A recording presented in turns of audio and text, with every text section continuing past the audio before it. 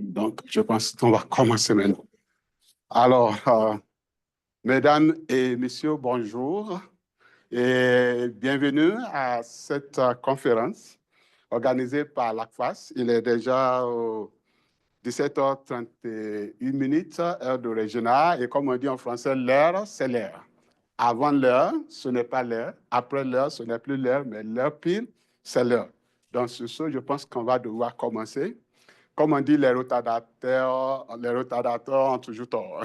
Donc, ceux qui vont venir plus tard, ils vont se joindre à nous. Donc, encore une fois, mesdames et messieurs, bienvenue à cette conférence. C'est pour moi un grand honneur de prendre la parole à cette conférence organisée par l'ACFAS. Et je me présente, comme vous le savez, Cheikh Afolabi, je suis professeur à la Cité universitaire francophone de l'Université de Régional depuis le 1er juillet cette année. Et c'est vraiment un grand plaisir pour moi de travailler avec l'équipe de la Cité, une équipe très, très dynamique. Et prendre la parole ce soir, c'est un résultat de l'encouragement et le soutien que me donne l'équipe de la Cité. Et je ne prends pas cela pour acquis, j'en suis très, très reconnaissant. Donc, comme vous pouvez le voir aujourd'hui, le sujet de ma présentation, c'est la traduction automatique. Est-elle automatique? C'est une question capitale. Et je vais l'aborder, je vais essayer de répondre à cette question à travers des constats analytiques à partir de documents que j'appelle documents authentiques. Et pourquoi ce sujet? En fait, c'est un sujet qui me passionne depuis plus de 10 ans. Depuis plus de 10 ans, je me souviens que la première fois que j'ai abordé ce sujet, c'était lors d'une conférence des enseignants universitaires, les enseignants français des universités nigérianes. C'était au Nigeria, lors de leur conférence en 2014. C'est là où j'ai fait la première présentation portant sur la traduction automatique. Et 10 ans après, je me suis dit, alors il faut retourner voir qu'est-ce qui a changé depuis ce temps-là, et c'est pour cela que je me retrouve avec le même sujet. Comme vous le savez, c'est un sujet, vous pouvez dire un sujet qui est vieux parce qu'on en parle depuis longtemps, mais c'est un sujet qui est vieux et en même temps nouveau. Nouveau parce qu'on en parle toujours. C'est un sujet qui ne cesse de nous revenir. Donc, cela démontre de l'actualité, c'est un sujet d'actualité. Et effectivement, c'est un sujet qui représente une grande originalité. On va passer au résumé. Le résumé. Bon, comme je l'ai mis ici, j'ai tout d'abord cité l'OTIAC. OTIAC signifie Ordre des traducteurs, terminologues et interprètes agréés du Québec, dont je suis fièrement membre depuis un certain temps. Et je suis content que nous avons des membres aussi qui sont connectés. Je pense que OTIAC sera le plus grand ordre de traducteurs au Canada, je pense, au niveau des provinces. Donc, je cite OTIAC qui dit « facilement accessible par le grand public, les outils de traduction automatique TA ou d'intelligence artificielle IA générative pour la traduction ou l'interprétation. » On ne parlera pas de l'interprétation aujourd'hui, mais comme je cite l'OTIAC, je le garde quand même, sont souvent présentés comme une panacée. C'est-à-dire, les outils-là sont présentés comme si c'est une solution passe-partout. C'est une idée reçue, on va voir. Cependant, au-delà des risques d'erreur qu'on va constater, une grande prudence s'impose. Excusez-moi. Donc, c'est dans l'optique de cette mise en garde que cette conférence va tenter de démystifier ce qu'on entend par l'omnipotence de la traduction automatique à travers une analyse lexico-sémantique au niveau des mots, au niveau du sens, d'un document authentique traduit par 3 différents outils de traduction automatique. Nous allons faire voir les forces et les faiblesses de la traduction automatique et je vais essayer de proposer des pistes pour un emploi, un mode d'emploi raisonné. Finalement, il va s'agir de soulever un débat terminologique. Je sais que ça va être audacieux, mais vous allez me le permettre. Un débat terminologique autour de l'exactitude du concept traduction automatique même. Et les mots-clés, bien sûr, il s'agit de la traduction automatique, traduction professionnelle, analyse de discours, post-édition et formation professionnelle. Suivre. Donc, voici le plan de la présentation, le plan que nous allons suivre, l'introduction générale, la problématique de recherche, objectifs et questions de recherche, quel est le cadre théorique sur lequel est fondée cette étude, cette recherche. On va essayer de faire une définition des concepts, définition conceptuelle, un petit survol historique de la traduction automatique, revue de la littérature pour démontrer spécifiquement les forces et les faiblesses de la traduction automatique. Je vais partager l'approche méthodologique pour l'étude. Cela va nous amener au constat analytique du corpus retenu pour l'étude. Et on va passer aux recommandations, ce que je propose. Ces recommandations vont être d'ordre pédagogique et conceptuel, comme vous allez voir. Et finalement, on va tirer la conclusion. Bien sûr qu'il y aura le temps pour questions-réponses. Comme introduction pour mettre la table, je me permets de partager avec vous une anecdote avec une affiche que vous allez trouver, j'espère, drôle. Il ne s'agit pas de blagues, c'est vrai, c'est pour vrai, les anecdotes. Et cette anecdote, surtout, est tirée d'un article par Ebuleux 2004, page 308, comme vous pouvez le voir. Et qu'est-ce que cela dit? Le diplomate sort d'une délicate séance de négociation, quelque part dans un pays en proie à la guerre, les bacs, hein? Peut-être. Le journaliste de la radio, en ne nommant pas la radio, est là, micro braqué, et toute question dehors. Et voici le dialogue qui s'ensuit. Pouvez-vous nous dire comment se sont passées, comment ont marché les négociations? Oui, quite well. In fact, despite a few bumps. On a mis C ici parce que ce problème de prononciation, ce n'était pas bon que le diplomate a voulu dire, il a voulu dire bumps. Mais c'était entendu ou c'était prononcé bumps. Despite a few bumps along the road. Et voilà. Le diplomate est anglophone, bien sûr. Et comme notre homme, le journaliste, il est tout seul, il traduit la réponse pour sa chaîne de radio en voice-over. Et qu'est-ce qu'il a dit? Tout s'est bien passé, malgré quelques bombes le long de la route. Voilà que le journaliste se met à la peau de traducteur. Et il a traduit directement, littéralement, ce qu'il a entendu. Certainement que les négociations, la réunion ne s'est pas passée, ne s'est pas déroulée au bord de la route, c'était dans une salle de conférence. Mais vous voyez comment le traducteur, entre guillemets, parce que ce n'était pas un traducteur professionnel, ça montre la faiblesse. Quand on n'est pas traducteur qui veut. Maintenant, ça, c'est la blague. Regardez cette affiche. Ça vous choque, n'est-ce pas? Vous voyez comment on a traduit restroom. Restroom, littéralement, salle de repos. Comme s'il s'agit d'une salle où mon ami Kojo va aller pour se reposer. N'est-ce pas? Ce n'est pas une salle de repos, on sait que c'est salle de bain. Donc, ça montre les gens ou les outils qui prétendent être traducteurs, mais qui ne font pas bien le travail. Bon, voilà, allons-y. Maintenant, quelle est la problématique de cette recherche? Je réponds à la question, quelle heure est-il? Quelle heure est-il? Et je réponds en anglais pour dire, it's AI o'clock. C'est un slogan que j'ai adapté, si vous voulez, depuis vraiment longtemps. It's AI o'clock. C'est-à-dire que c'est l'heure de l'intelligence artificielle. On le sait, partout. Cela pose problème, comme il est porte-bonheur en même temps. C'est-à-dire que cela a ses avantages d'intelligence artificielle, comme cela a ses ennuis aussi. C'est comme une arme à double tranchant qui peut être utilisée d'une bonne manière, comme ça peut être utilisé d'une mauvaise manière. Et tout le monde en parle partout. Et surtout dans le domaine de la traduction. Pour nous, les professionnels engagés, ça se présente comme une menace. Les gens croient que, tôt ou tard, la traduction automatique va nous remplacer.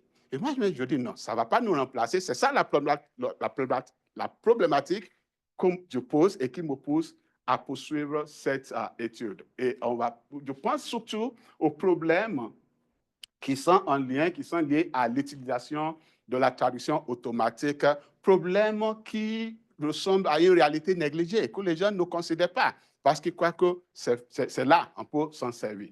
C'est ça la problématique de la recherche. Donc, pour aborder cette problématique, je pose 3 questions. Je vous fixe 3 objectifs avant de passer aux questions. 3 objectifs. Mon objectif numéro 1, c'est de démystifier l'omnipotence de la traduction automatique.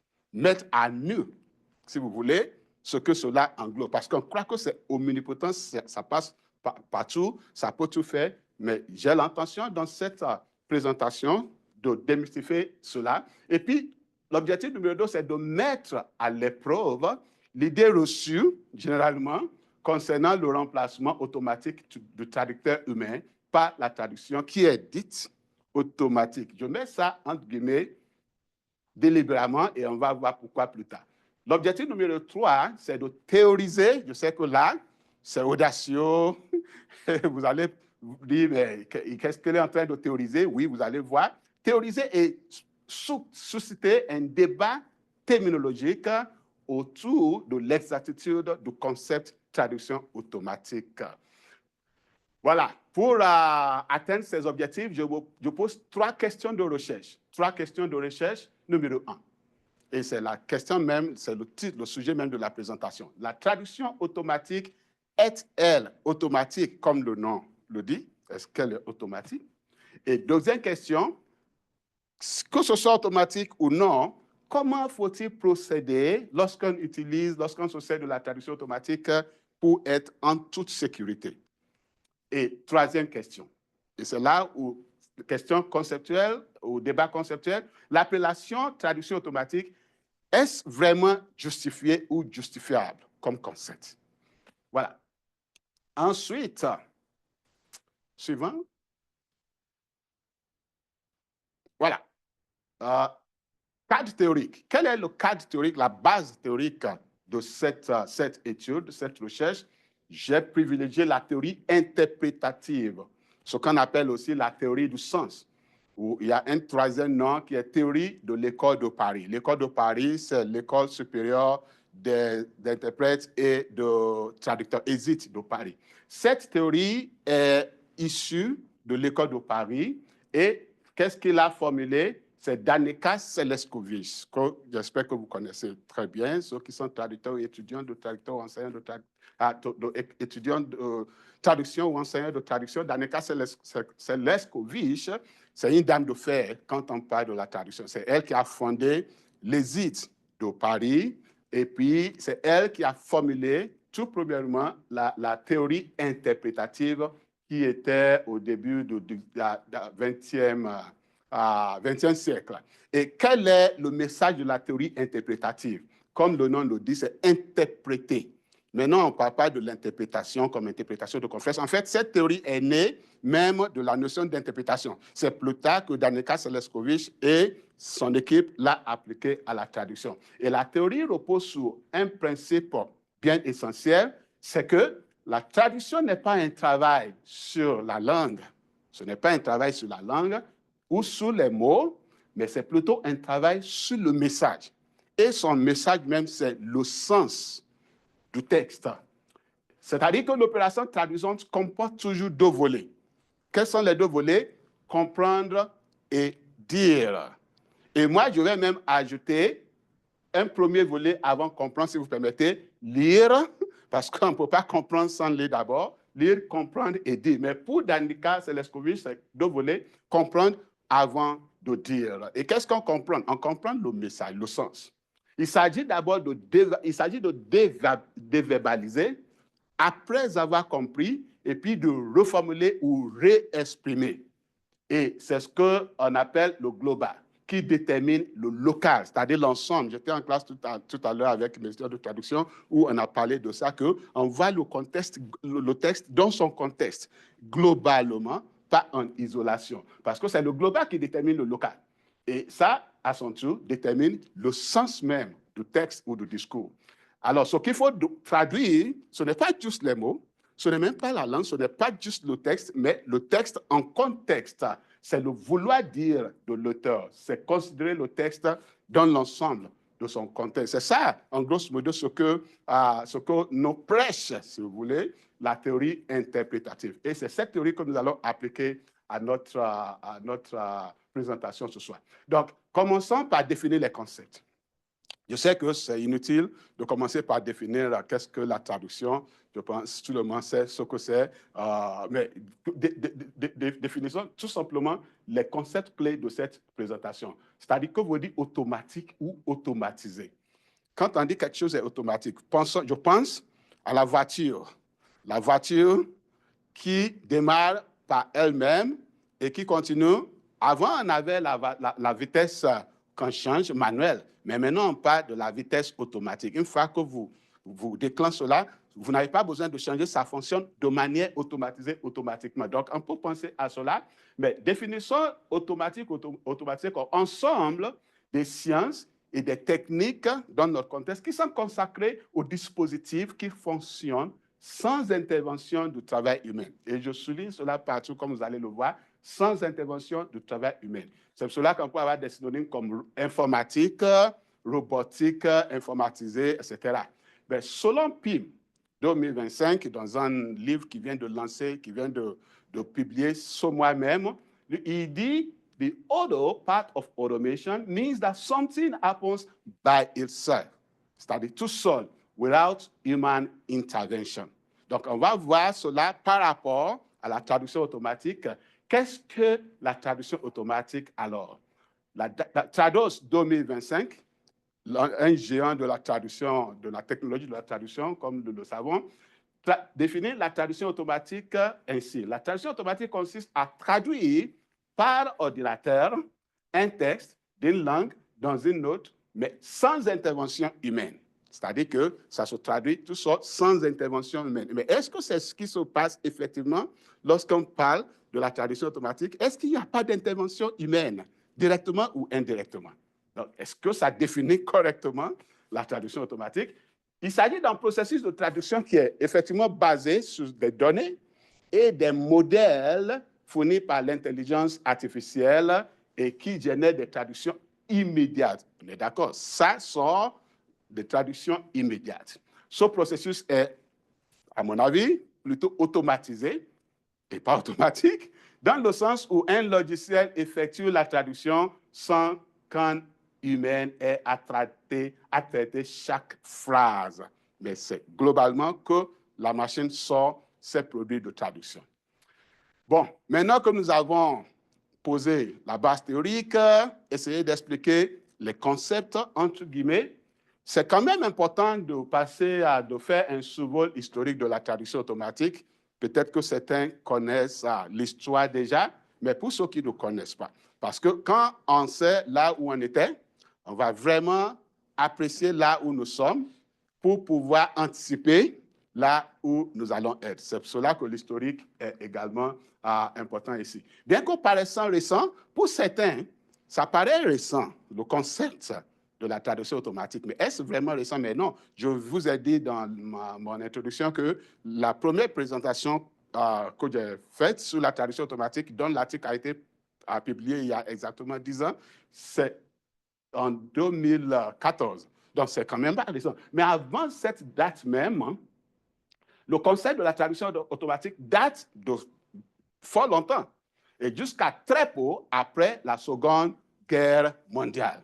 Vous voyez que ce n'est pas aujourd'hui, ce n'est pas hier, ça date de longtemps. Et je comprends par cela, si c'était né, si le concept de la traduction automatique était né après la Seconde Guerre mondiale, c'est comme l'histoire même de la jeunesse de la traduction.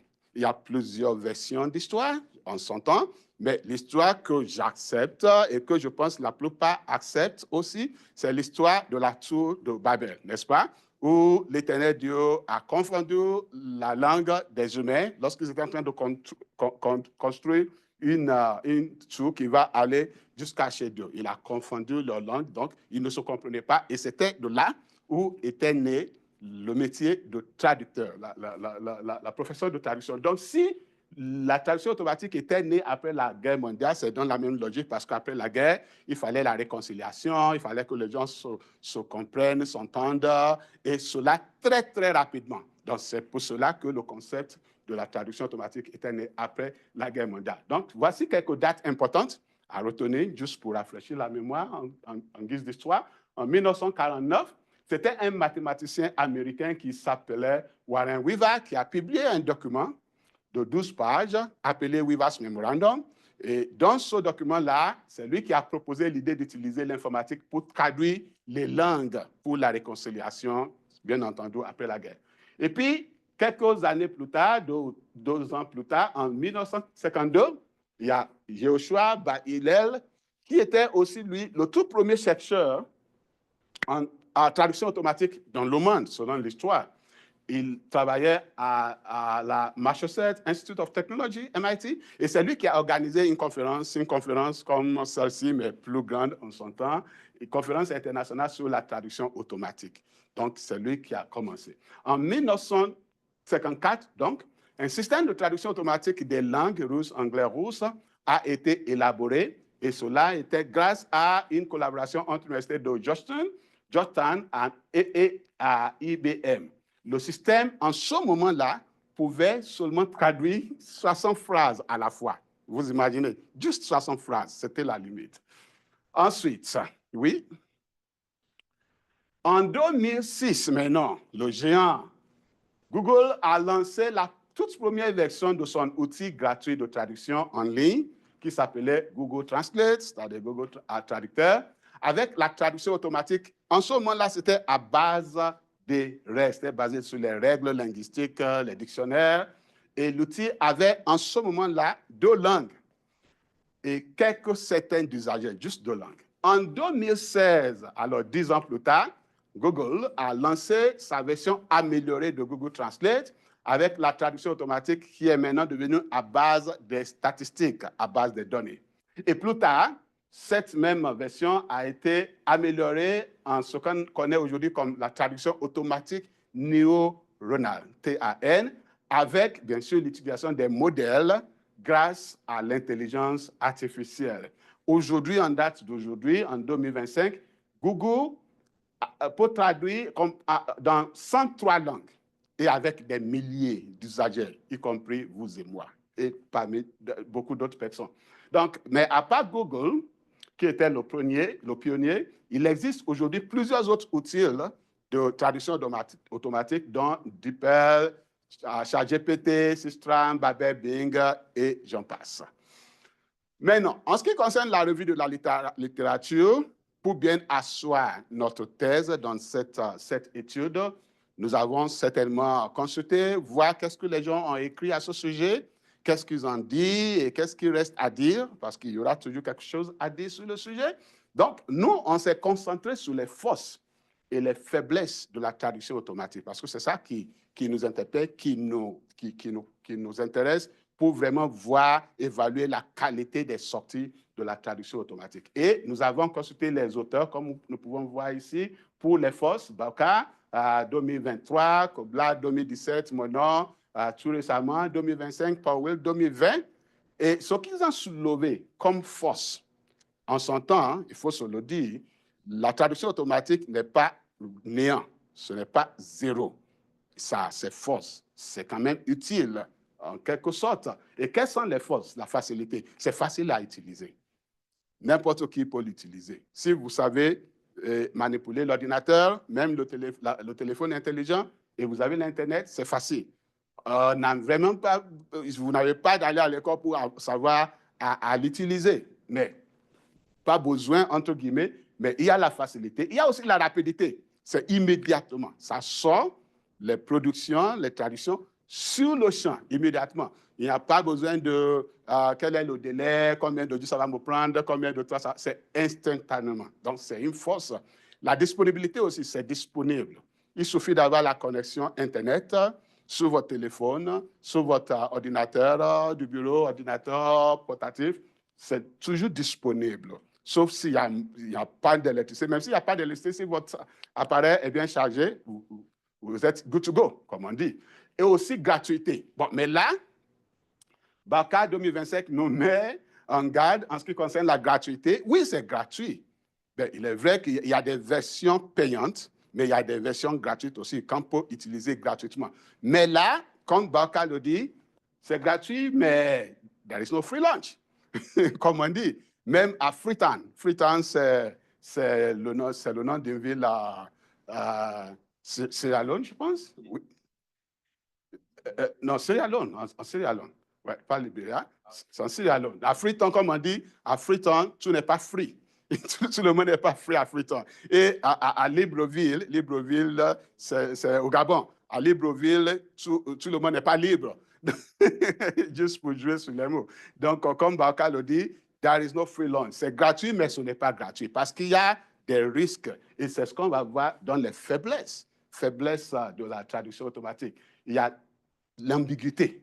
Ça peut être ambigu. Si vous l'avez utilisé, vous avez constaté que des fois, parce que la traduction, l'intelligence artificielle ne lit pas le contexte, ne comprend pas toujours le vouloir dire de l'auteur, du discours. Donc, ça peut prêter à l'ambiguïté. Il y a aussi l'infidélité. Infidélité dans le sens de la fidélité en traduction. Comme nous allons voir dans l'analyse que nous allons faire tout à l'heure, il y a toujours ce problème d'infidélité au texte source avec les sorties de la traduction automatique. Il y a l'instabilité aussi parce que ça utilise des modèles et les modèles ne sont pas statiques. Ça change d'une situation à l'autre, ça change d'un contexte à l'autre. Donc, c'est une faiblesse. Si vous rentrez un texte dans la traduction automatique aujourd'hui, si vous retournez demain, utilisez le même outil de traduction automatique, ça ne va pas vous donner la même chose. C'est certainement pas la même chose. Donc, il y a cette instabilité des modèles et surtout l'insécurité des données. Parce que ce que vous mettez en ligne, comme on dit en anglais, the internet never forgets. Ce que vous mettez en ligne, c'est stocké. C'est là. Et vous n'êtes pas sûr qui a accès à cela. Donc, il y a l'insécurité.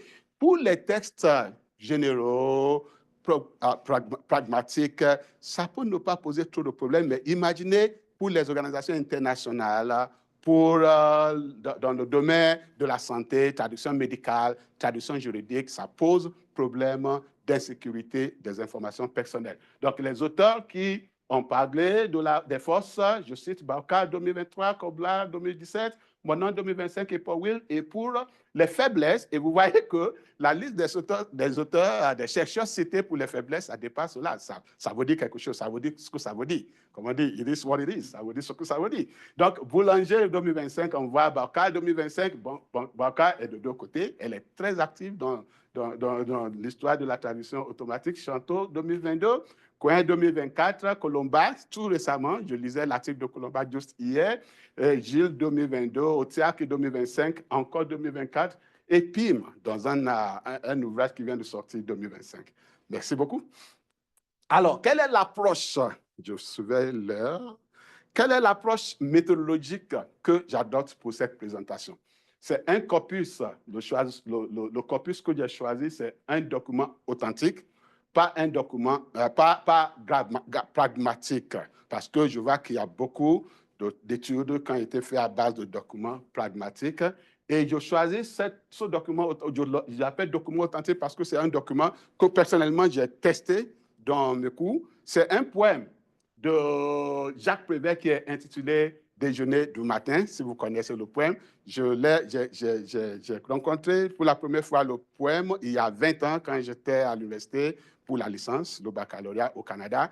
Ma prof de français l'a utilisé pour nous enseigner le passé composé. C'est un poème très populaire, donc c'est pour cela que je le considère comme document authentique. Et il s'agit de genre littéraires. Et nous savons que pour les textes littéraires, ce n'est pas comme les textes pragmatiques. Les textes littéraires, avec la traduction automatique, c'est vraiment complexe et problématique.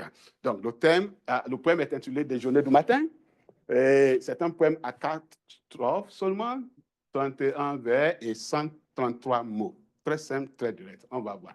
Donc, comme approche méthodologique, toujours, je préfère faire une analyse les échos sémantiques, c'est-à-dire au niveau des mots, non seulement au niveau des mots, mais aussi au niveau du sens que donnent les traductions. Les sorties des 3 outils de traduction automatique. Et pourquoi est-ce que j'ai choisi Google Translate, DeepL et ChatGPT? À mon avis, selon les statistiques, ça fait partie des outils de traduction automatique les plus utilisés aujourd'hui, très populaires. Il y en a d'autres, comme j'ai cité tout à l'heure. Et j'adopte aussi une approche d'analyse du discours qui est proposée par Delille dans son livre « Analyse du discours comme méthode de traduction ». Et selon Delille, on peut analyser les signes linguistiques à deux niveaux. Quand on dit signe linguistique, c'est-à-dire un texte, par exemple, celui de la langue et celui de la parole, c'est-à-dire au niveau de la signification ou à celui du sens. Donc, les deux, la langue et le sens, se retrouvent dans l'analyse lexico-sémantique que je considère pour cette étude. Et puis, il s'agit d'une analyse qualitative, pas quantitative. Je n'utilise pas les codes informatiques ou informatisés, les données informatiques pour analyser, mais je préfère surtout utiliser une approche qualitative avec codage par couleur, comme vous allez le voir. Je préfère codage par couleur parce que c'est visuel, ça attire les yeux, ça saute aux yeux, ça fait voir exactement ce que nous analysons. Tu te souviens là pour moi? OK. Il me reste 10 minutes, je pense, pour pour donner le temps aux questions. Alors, pour bien comprendre notre corpus, je pense que c'est important de savoir d'où ça vient. Voici l'image de Jacques Prévert, qui est un poète, un scénariste et artiste français très, très célèbre. Et il était né le 4 février, donc on est février, disons que c'était cette conférence fait honneur à Jacques Prévert pour son anniversaire, disons. Et en 1900, à Neuilly-sur-Seine, il était mort le 11 avril 1967 à Aumonville-la-Petite-Manche, en France. Il est auteur de recueils de poèmes, parmi lesquels Paroles. Déjeuner du matin se trouve dans ce recueil-là, Paroles, qui était publié en 1946. Il devient un poète populaire grâce à son langage familier, et c'est pour cela que son poème-là, ça me passionne, ça m'intéresse. Langage familier et surtout ses jeux sur les mots, comme nous allons voir tout à l'heure. Merci. Voici le poème. Il a mis le café dans la tasse. Il a mis le lait dans la tasse de café. Il a mis le sucre dans le café au lait. Avec la petite cuillère, il a tourné. Il a bu le café au lait. Il a reposé la tasse sans me parler. Il a allumé une cigarette. Il a fait des ronds avec la fumée. Il a mis les cendres dans le cendrier sans me parler, sans me regarder. Il s'est levé. Il a mis son chapeau sous sa tête. Il a mis son manteau de pluie parce qu'il pleuvait. Il est parti et il est parti sous la pluie, sans une parole, sans me regarder.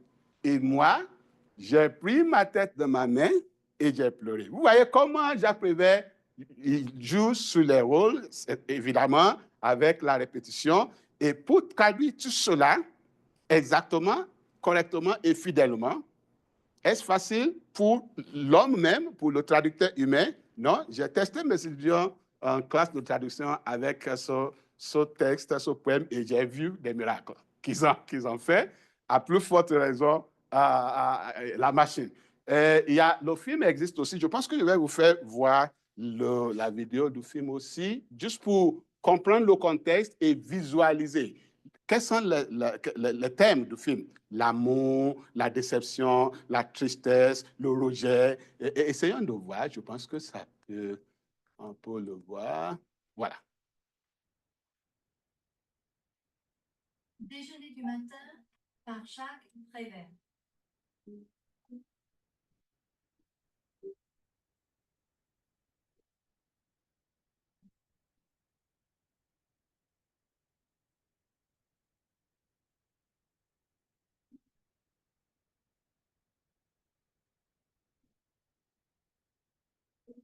Dans la tasse, il a mis le lait dans la tasse de café. Il a mis le sucre dans le café au lait. Avec la petite cuillère, il a tourné. Il a bu le café au lait et il a reposé la tasse. Sans me parler, il a allumé une cigarette. Il a fait des ronds avec le feu. Il a mis des cendres sans me parler, sans me regarder. Il s'est levé. Il a mis son chapeau sur sa tête. Il a mis son manteau de pluie parce qu'il pleuvait.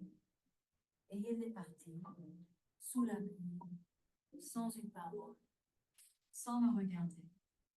Et moi, j'ai pris la tête dans ma main et j'ai pleuré. Voilà.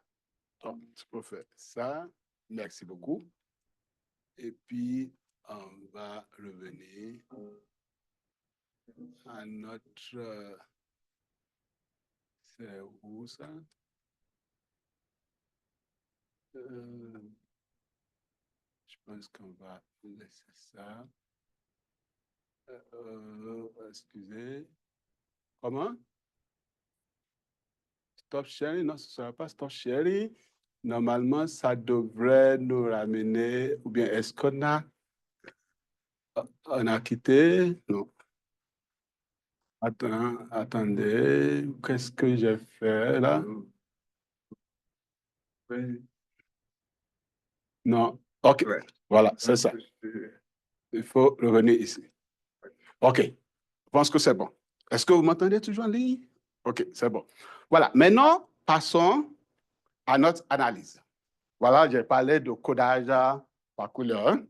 C'est visuel, c'est attirant. Je pense que c'est ça. Et puis, les codes, est-ce que tu peux enlever ça, mon ami? Bouger ça, voilà. Très, très bien. Voilà. Voici les codes que j'ai décidé d'utiliser pour l'analyse. Le vert, ça signifie l'élément concerné. Le rouge, c'est l'erreur que nous avons constatée dans les sorties. Et le bleu, c'est ce que nous considérons comme étant correct, meilleure option si vous voulez. Et le jaune, c'est oui, mais ça peut être mieux. Donc ici, nous avons le texte source. Nous avons, premier, traduction automatique 1, Google, et traduction automatique 2, DeepL, et traduction automatique 3, ChatGPT. Prenons-les vers par vers. Par exemple, regardons d'abord le titre. Google a traduit le titre déjeuner du matin comme morning breakfast. Et là, ça nous a choqués. Sémantiquement, même grammaticalement, est-ce qu'on va dire morning breakfast, c'est la tautologie. Il n'y a pas, est-ce qu'il y a breakfast de l'après-midi ou breakfast du soir? Non. Breakfast, c'est breakfast. Même si si on parle de brunch, ce n'est pas la même chose. Donc, morning breakfast, pour nous, c'est une erreur. Déjeuner du matin, DeepL n'a pas traduit du tout, du tout. Madame DeepL, j'utilise madame, hein, ce n'est pas parce que je suis homme. C'est bon. C'est vous, hein, vous êtes puissante, n'est-ce pas? Merci. Donc, Madame DeepL, elle n'a pas traduit déjeuner du matin. Elle a gardé ce qui n'est pas correct. ChatGPT a dit breakfast. Pour nous, c'est OK, c'est super. Donc, normalement, je devrais avoir bleu ici pour dire breakfast. Et puis, il a mis le café. Il a mis le café. Google a dit put, a mis, comme si c'est du solide. Nous avons vu la vidéo. Normalement, dans ce contexte-là, c'est du liquide. Ce n'est pas du solide. Donc, je vais préférer personnellement, il porte, c'est versé. Donc, ce ne sera pas littéral. Et puis, l'article l'eau, des coffee. Il a mis des coffee. Est-ce que ça sent bon, même en anglais? On ne va pas dire des coffee. Il porte coffee. Hein? Même chose pour DeepL. Même chose pour ChatGPT. Il a mis pour le lait aussi. Put. On a vu la vidéo. Normalement, dans ce contexte-là, ce n'est pas du café en poudre ou solide, si vous voulez. C'est liquide. Donc, ça va être plutôt poured pour make aussi et sans l'article.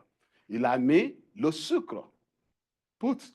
On peut garder put, oui, mais le sucre du sugar.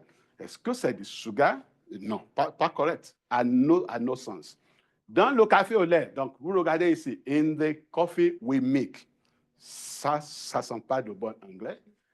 Mais DeepL, lui, Madame DeepL a dit du café au lait, ce qui est possible. On pouvait dire café au lait, mais il fallait mettre quand même en italique, ce que Madame DeepL n'a pas fait.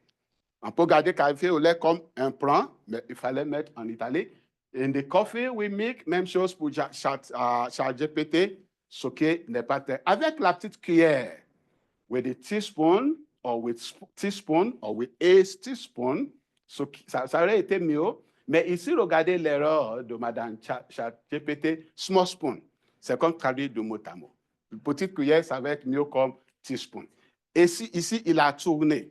Quand je faisais traduire ce texte avec par mes étudiants en classe, la plupart aussi, même en tant que traducteur humain en formation, bien sûr, les amis, ils tournent. En fait, il y avait une étudiante qui m'a dit, quand ils expliquaient, qu'elle a mis « il tourne » parce qu'elle pensait que c'est le monsieur qui a tourné. Vous voyez le problème de compréhension de contexte.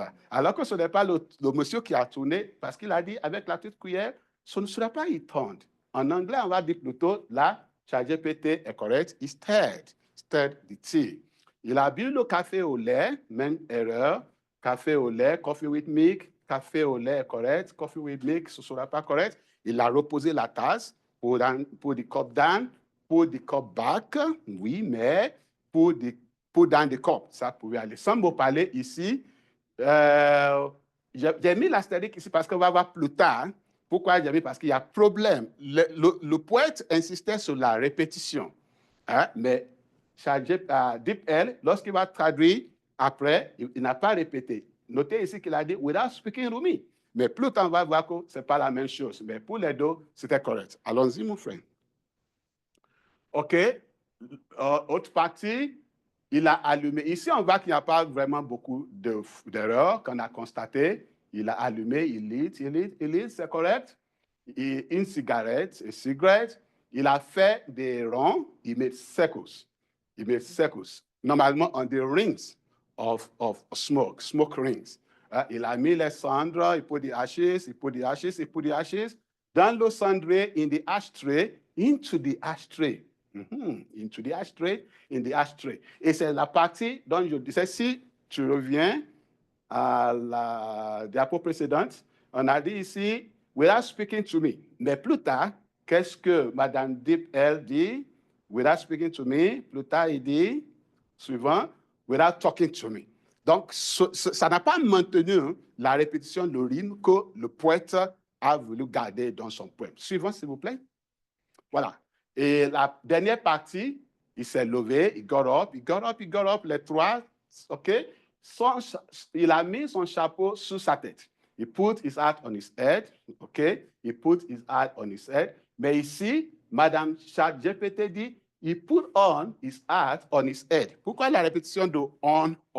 Donc, on voit que ça passe pas, ça casse, comme on dit au Québec, ça casse. Il a mis son manteau de pluie, ça passe, et il est parti. Bon. And he left.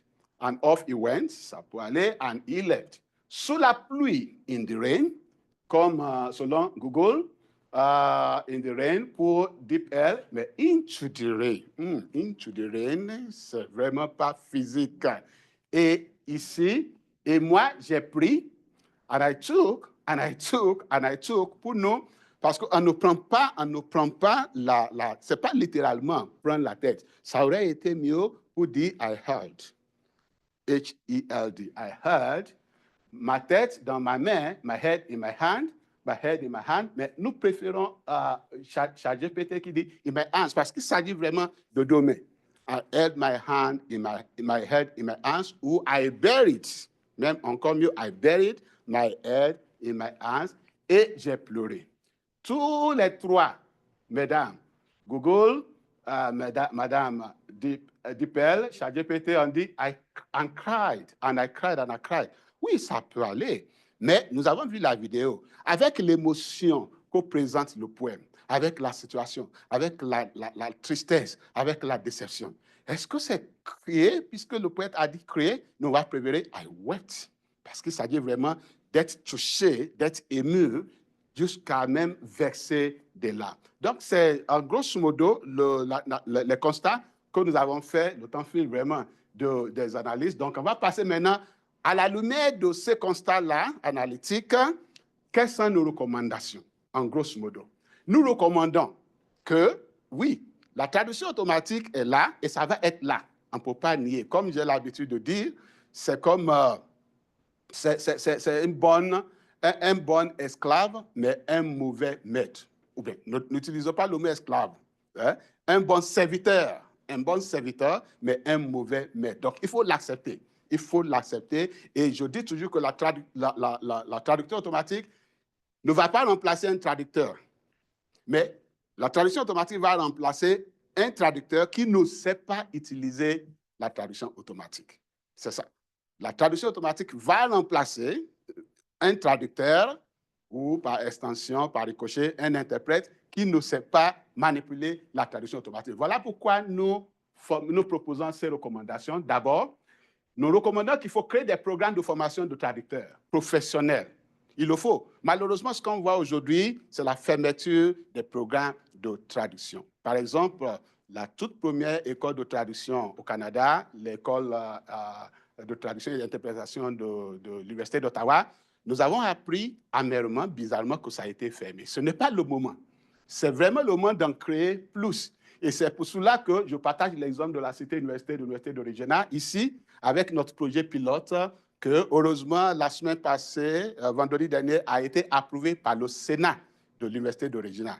Il s'agit du projet de lancer un programme de mineurs en traduction qui va permettre à nos étudiants dans toutes les facultés, partout, de pouvoir s'inscrire à un programme de mineurs en traduction. Comme ça, ils vont sortir avec 2 diplômes. Et pour préparer la voie à cela, nous avons lancé un cours de traduction, cette section même qui est en cours, initiation à la traduction, ce qui attire quand même un bon nombre d'étudiants et que nous espérons qu'il va grandir.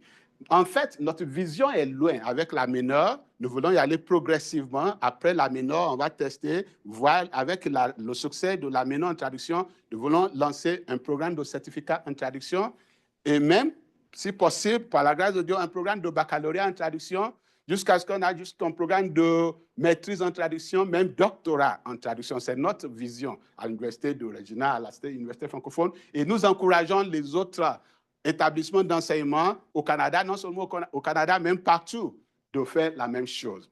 Et nous proposons fortement d'intégrer les technologies de traduction, notamment les outils de traduction automatique dans le programme de formation de traducteurs professionnels.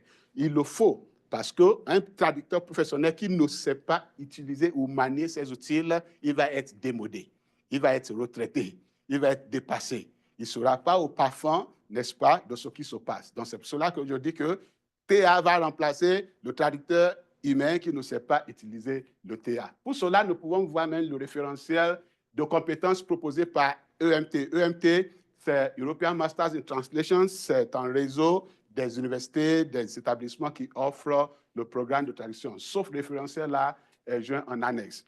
Nous plaidoyons aussi pour un mode d'emploi raisonné de la traduction automatique. C'est-à-dire, il faut absolument l'intervention inévitable du traducteur professionnel, surtout au niveau de post-édition. Comme Delisle 2013 le dit, je le répète haut et fort, être bilingue ne suffit pas pour être traducteur. N'est pas traducteur qui vaut. Il ne suffit pas de maîtriser 2 langues, français et anglais, par exemple, dans le cas du Canada, pour se dire traducteur. Il faut vraiment, si vous utilisez la traduction automatique, essayer de faire intervenir un traducteur professionnel.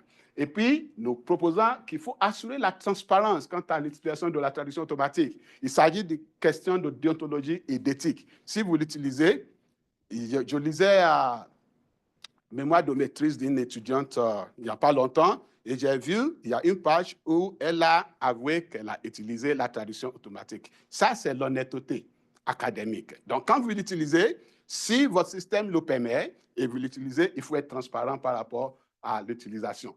Nous proposons également qu'il faut sensibiliser, comme on est en train de faire aujourd'hui, sensibiliser le grand public au risque de la traduction automatique. Et ça revient surtout aux individus, traducteurs, interprètes, étudiants de traduction, étudiantes d'interprétation, et surtout les associations, les ordres professionnels. Je suis content que nous avons un membre de l'ATIS, Association des traducteurs interprètes de la Saskatchewan, qui est présent dans la salle.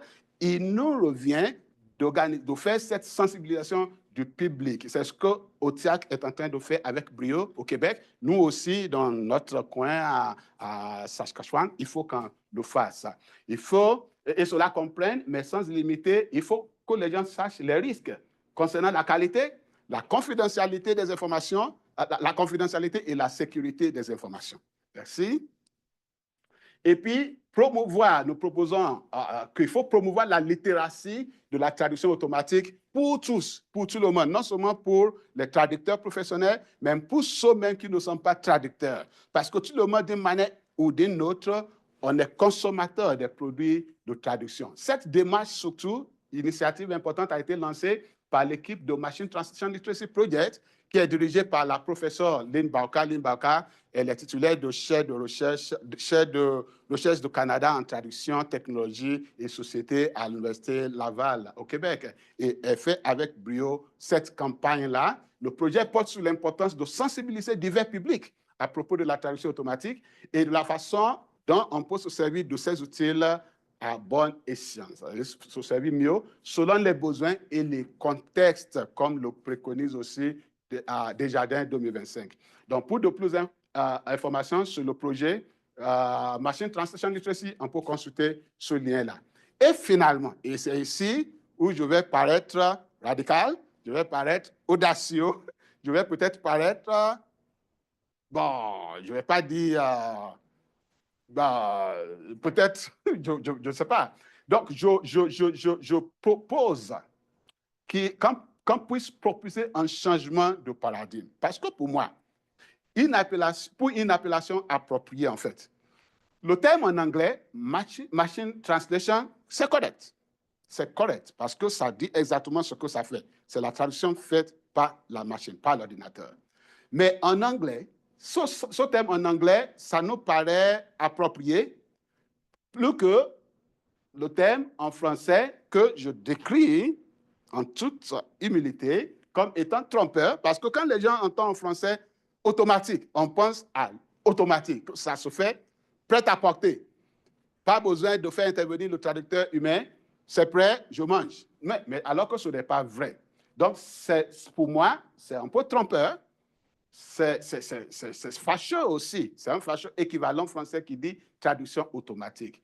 Donc, je propose, c'est pour cela qu'aujourd'hui, et si on proposait comme thème approprié, traduction machine, j'ai lu ça chez quelques chercheurs, traduction automatisée, tout simplement, traduction informatisée, traduction robotisée encore, ou encore la traduction par Internet. C'est moi qui force ça, TPI, traduction par Internet. C'est une proposition. Et j'espère que cette présentation va déclencher ce débat autour de cette terminologie pour mieux situer, contextualiser cet outil qui est vraiment important, mais qu'on ne comprend pas très bien à cause de ce concept. En guise de conclusion, mesdames et messieurs, maintenant, je peux poser la question encore, la question de départ. La traduction automatique est-elle automatique? Est-ce que cette présentation va permettre de trouver quelques éléments de réponse à la question de départ? Je peux dire oui, la traduction automatique, oui, elle est automatique, mais elle n'est pas automatique. Elle a ses forces, mais elle a ses faiblesses. Donc, pas tout à fait automatique.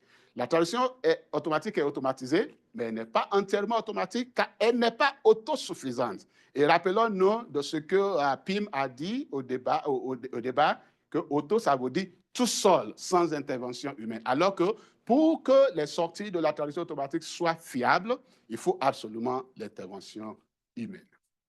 Cependant, il est indéniable, c'est une vérité, il faut l'admettre, que cet outil est là pour s'intégrer dans un continuum entre traduction purement humaine et traduction machine, la machine qui va toujours rester au service de l'être humain selon Kubla 2007. Et finalement, voilà. Je vais terminer avec cette autre anecdote. Ce que la TA ne peut pas faire, c'est-à-dire la traduction automatique ne peut pas détecter les erreurs dans le texte. On voit un exemple ici. Question.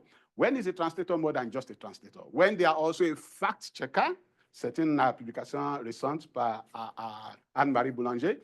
When they are also a fact checker, logic tweaker, and irrelevancy eliminator.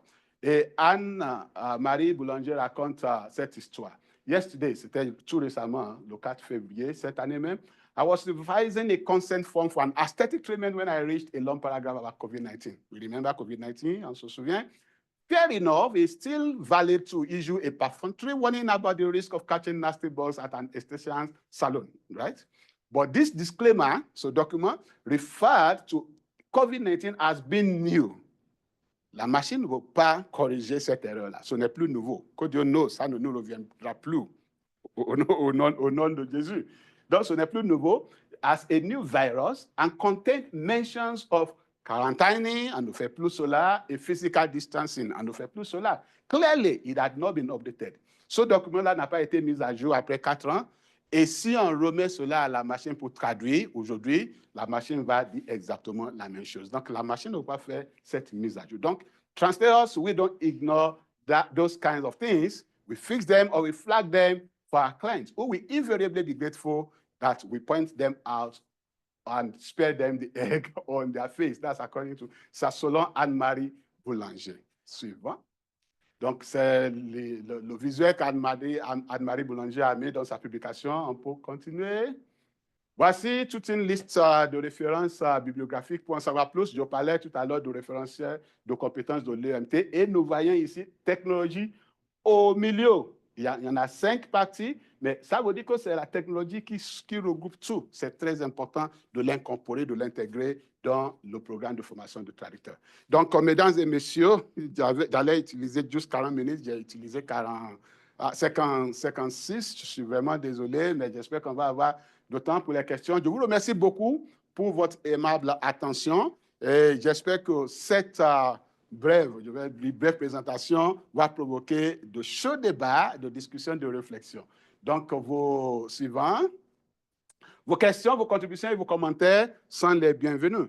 Je pense que normalement, la conférence dure 1 heure, mais si on peut au moins prendre 5 minutes, 10 minutes pour les questions, contributions et commentaires, ce sera très apprécié. Je vous remercie beaucoup. Merci infiniment de votre aimable attention. Ah, OK. Merci. Alors, si vous avez des questions, il suffit juste d'activer votre micro et puis d'intervenir. Il n'y a pas de protocole. Merci beaucoup. Bonjour. Questions, suggestions, commentaires? Oui. Bonjour, moi c'est Rufus et merci à notre présentateur pour cette forte présentation fort ouvrable qui ouvre les yeux sur le phénomène de la traduction automatique. Pour laisser le temps aux autres de poser la question, je vais droit au but. Alors la question qui se pose à mon niveau, c'est que on a dans le document authentique qui a été utilisé, on a été aidé entre guillemets, par le fait qu'on a pu visualiser le poème dans son ensemble, dans son contexte. Et le fait de pouvoir visualiser le poème a permis de détecter le contexte réel de chaque strophe afin de pouvoir placer le mot approprié. Dans le contexte, dans le cas où le traducteur n'a pas accès à l'esprit de traduction, quelles seraient les voies d'issue pour pouvoir s'en sortir? Je ne sais pas si je me fais comprendre avec ma question. Oui. J'ai noté la question. Vous avez dit dans le contexte où le traducteur n'a pas accès à quoi? À l'esprit de traduction tel que véhiculé par la vidéo, par exemple. OK. Voilà. Si le traducteur n'a pas eu le privilège de visualiser la Voilà. vidéo, en fait, cette question s'est posée dans ma classe. Les étudiants ont dit, mais la vidéo est venue après le poème. Oui, et peut-être si vous cherchez même sur Internet, vous allez voir plusieurs versions de poèmes. Dans ce cas-là, c'est pour cela que le traducteur, et c'est la faiblesse de la machine. La machine ne peut pas se mettre à la peu, n'est-ce pas, à la situation du poète, pour vraiment imaginer. Vous savez que c'est un texte c'est poétique, c'est littéraire, c'est pas pragmatique comme j'ai dit. Donc, ça prend se placer à la situation du poème pour vraiment pour vraiment comprendre le contexte. Et des fois, c'est malheureux que notre poète ici n'est plus vivant. Des fois, le traducteur, il va jusqu'à contacter même le poète pour vraiment comprendre quel est le vouloir dire dans ce contexte. Donc, c'est la complexité de la traduction, de la poésie. Donc, c'est pour cela exactement que la machine ne peut pas faire un travail bien fait dans ce cas. Donc, je ne sais pas si j'arrive à répondre à votre question, monsieur. Oui, effectivement, Oh, comme vous l'avez souligné dans l'un des diapos, il y a le fait que le traducteur doit pouvoir aller vérifier les faits, vérifier les mots et pouvoir effectivement s'approprier le vouloir dit avant de le transmettre. Merci bien. Exactement. Merci beaucoup pour votre question. C'est une bonne question. Merci. Est-ce que nous avons d'autres questions ou commentaires ou suggestions ou critiques même hein, pour enrichir le travail dans la salle ou en ligne? Oui, je ne sais pas. Est-ce que je peux poser ma question? Allez-y, s'il vous plaît. Vous avez la Oui, parole. je m'appelle Henri Biaillé. Merci beaucoup pour cette brillante présentation. Je l'ai vraiment aimée. Et j'ai une question, ou alors une ou deux questions. Alors, quand j'ai lu le titre de votre communication, je me suis posé la question de savoir si ce titre avait été traduit par un traducteur automatique. Voilà, on dit la traduction automatique est-elle automatique? Constat à partir de documents authentiques. Alors, il me semble que dans votre communication, votre présentation, vous êtes concentré sur un seul document. Alors, si c'est un seul document, est-ce qu'il ne faudrait pas plutôt reformuler le titre de votre communication, je vais dire le deuxième volet de votre titre, en disant simplement constat à partir d'un document authentique. Et là, ce Oui. serait beaucoup plus clair parce que vous êtes axé sur un seul document. Voilà, donc c'est juste une observation. La Merci. prochaine question, c'est que, est-ce que vous avez, je sais que de tout temps, la traduction littéraire a toujours posé de sérieux problèmes aux traducteurs automatiques, même aux traducteurs humains, on le sait. Et donc, moi, je me serais beaucoup plus, je ne suis pas surpris que le traducteur, un texte littéraire pose de sérieux problèmes au traducteur automatique. Il est vrai qu'aujourd'hui, et vous l'avez très bien dit à travers l'histoire de la traduction automatique, la traduction neuronale a révolutionné quand même les choses. Et je pense qu'il faudrait, et c'est toujours bien de le souligner, parce que dans les textes pragmatiques, au sens de Delille, la traduction automatique a même, je dirais, beaucoup de choses à apprendre aux traducteurs humains. Et parfois, il y a cette espèce de dialogue et d'interaction qui existe. Moi, j'ai l'habitude de traduire en tant que traducteur de formation et professeur de traductologie à l'Université de la Saskatchewan. J'ai traduit pour un certain nombre d'organismes au Canada. Et depuis quelques années, j'ai cessé voilà, de contacter certains traducteurs quand je suis débordé par le travail. J'avais l'habitude de contacter des traducteurs occasionnels, des collaborateurs occasionnels, et j'étais toujours déçu par la qualité de la traduction. Et donc, aujourd'hui, quand j'ai un texte à traduire, j'utilise la version payante de DeepL, par exemple. Et personnellement, je donnerais je dirais parfois, à chaque fois que j'introduis un texte dans DeepL, un texte pragmatique, je donnerais facilement une note de 13 ou 14 sur 20 à DeepL.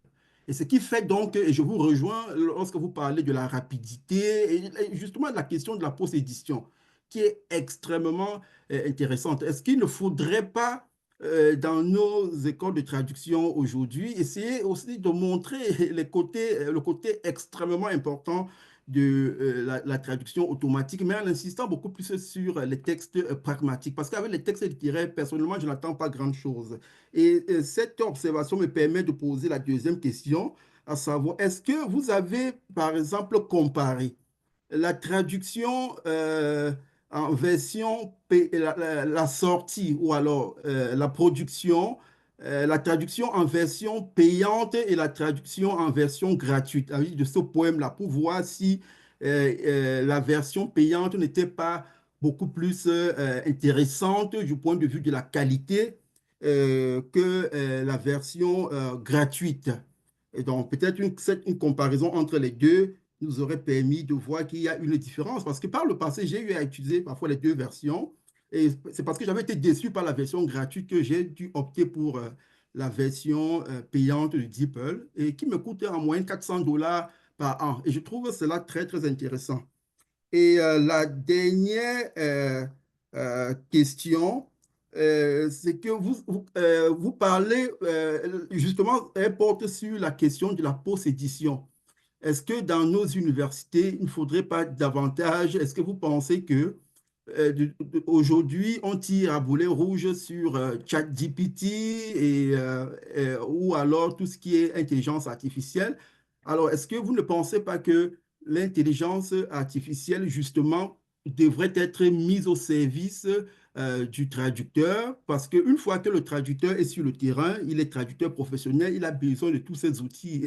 Plutôt que de brocader la traduction automatique, est-ce qu'il ne faudrait pas justement mettre l'accent sur la post-édition? Parce que la plupart des cabinets ou des entreprises de traduction aujourd'hui ont beaucoup plus, recherchent davantage des post-éditeurs plutôt que des traducteurs. Je vous remercie.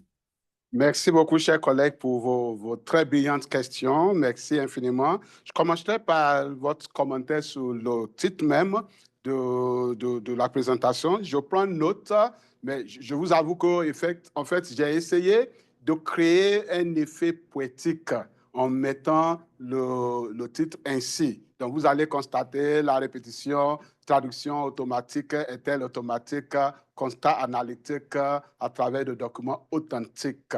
Donc, c'est cette insistance-là qui me préoccupait pour créer un effet poétique puisqu'il s'agit d'un poème, mais je prends note de votre commentaire, c'est très apprécié.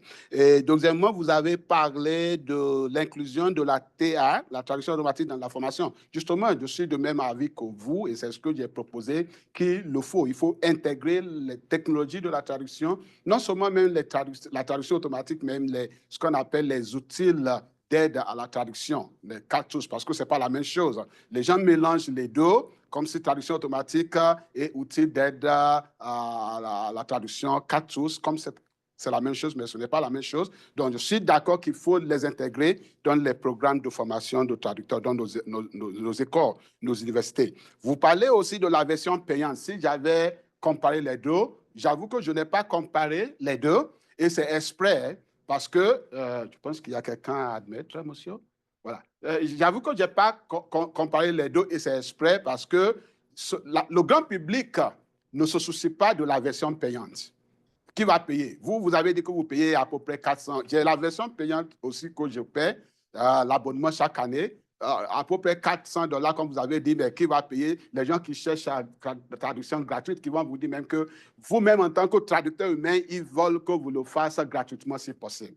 Donc, imaginez qu'ils ne vont pas payer. Le grand public n'utilise pas la version payante, on s'entend. Donc, c'est pour cela que je n'ai pas comparé les deux versions. C'est sûr que la version payante va donner des sorties plus fiables. Pas automatiquement à 100% correctes, mais au moins plus fiable, on s'entend. Mais la version payante, c'est nous, les professionnels, qui peuvent se donner le privilège, si vous voulez, de le chercher. Bon, pour la post-édition, oui, je suis complètement d'accord avec vous, comme votre deuxième question, qu'il faut effectivement intégrer la post-édition dans les programmes de formation de nos traducteurs aujourd'hui. On ne peut pas se passer de cela. C'est obligatoire. Sinon, on va former les traducteurs, comme on dit, half-baked, qui ne méritent pas le travail, le métier. Donc, je vous remercie pour vos commentaires et vos questions, et j'espère que j'ai essayé quand même de donner des éléments de réponse à vos questions. Merci infiniment, chers collègues. Merci également, chers collègues. C'est un plaisir. Hein? Merci infiniment. Donc, est-ce qu'il y a d'autres questions ou commentaires? Je sais qu'il y en a dans la salle. Monsieur Kojo, je pense que je vais m'approcher pour le micro pour qu'on puisse vous entendre. Ok, bonsoir, prof. Félicitations pour votre brillante présentation. Au début, j'ai prévu poser cette question à la fin, mais je pense que à la fin de votre présentation, j'ai eu la réponse. Je voudrais poser la question sur le mot automatique. Parce que moi aussi, je pense que quelque chose qui est automatique, c'est direct et on peut penser qu'il n'y a pas intervention humaine. Mais je pense que à la fin, vous avez répondu. Et le mot approprié, ou bien pour le moment, le mot approprié, automatisé, je pense que c'est mieux. Donc, c'est juste mes commentaires sur ça. Mais ma question est pour le moment, vous avez répondu, vous avez dit ça à la fin, je pense qu'au niveau de vos recommandations, que la traduction AI, ou bien la traduction automatique, ne peut pas remplacer, ou bien ne remplace pas le traducteur ou bien traductrice humaine. Et c'est pour le moment. Alors, ma question, avec l'évolution rapide de la technologie, pensez-vous que il peut arriver, parce que vous venez de dire même que la version payante de ces outils donne des sorties plus fiables. Donc, pensez-vous qu'avec l'évolution rapide de la technologie, est-ce que la traduction automatique peut remplacer le traducteur humain un jour, dans ce projet dans le futur? D'accord. Merci beaucoup, chers collègues, pour cette question. Tout d'abord, je vous remercie d'avoir accepté mon produit parce que je suis venu vraiment vendre ce produit de conceptualisation, de changement de paradigme. Et j'avais peur, est-ce que les gens vont accepter, mais je peux voir que c'est quand même acceptable, c'est un produit acceptable. Je suis content que vous validez cela et on va voir comment ça va aller dans la communauté scientifique traductologique. Je pense que ça peut prendre du temps, mais on peut y arriver. Donc, merci d'accepter cela. Et pour votre question, est-ce que je pense qu'aujourd'hui, ça ne remplace pas? Est-ce que dans l'avenir, je pense que ça ne va pas remplacer? Je suis professeur, chercheur, traductologue, traducteur, interprète. Je ne suis pas prophète. OK? Je ne suis pas prophète, donc je ne connais pas l'avenir. Mais je peux vous dire quand même que je ne vois pas la traduction, la technologie remplacer l'homme. Pas tout de suite. Imaginez, on parle de cette histoire depuis après la Seconde Guerre mondiale et on est encore là. Imaginez, je partage une histoire banale. Il y avait un moment dans mon pays d'origine où les gens prêchaient « Jésus va arriver demain. Jésus va arriver demain ». Et les gens vidaient leur compte bancaire, les gens vendaient leurs biens, comme si demain Jésus va arriver. Mais ça fait plus de 30 ans que cette histoire s'est passée. Hein. Les gens allaient dormir dans les églises parce que Jésus va arriver demain. Ça fait plus de 30 ans. Aujourd'hui, on est encore là. Jésus n'est pas encore arrivé. C'est sûr qu'il va arriver, on ne sait pas quand. Donc, c'est exactement la même chose si vous permettez cette analogie-là. Et c'est pour cela que je dis, il faut que nous, les traducteurs humains, il faut qu'on se mette à jour. Si vous vous mettez à jour, au fur et à mesure que la technologie évolue, vous aussi, vous évoluez. Après tout, la seule chose qui ne change pas dans la vie, c'est le changement. Ça va toujours évoluer, mais évoluez avec le temps aussi. Appropriez-vous équipez-vous de l'intelligence artificielle. N'ayez pas peur de l'intelligence artificielle. Emplacez l'intelligence artificielle. Suivez les formations, suivez des séminaires, des webinaires, assistez à des conférences comme cela. Comme ça, vous allez être capable de faire face à tout défi que la technologie va vous lancer en tant que traducteur. Est-ce que j'ai répondu à votre question? Merci beaucoup. Merci. Avons-nous d'autres questions? Mais j'ai peur. C'est presque à 19h. Est-ce que nous avons d'autres questions? 1, 2, 3 minutes?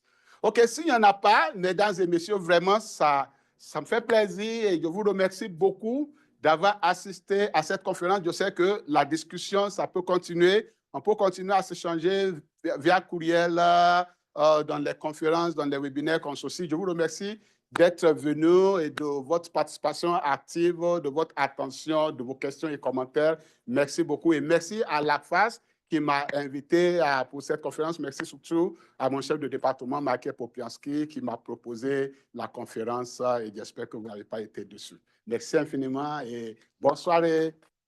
Merci beaucoup. Donc, on va l'arrêter.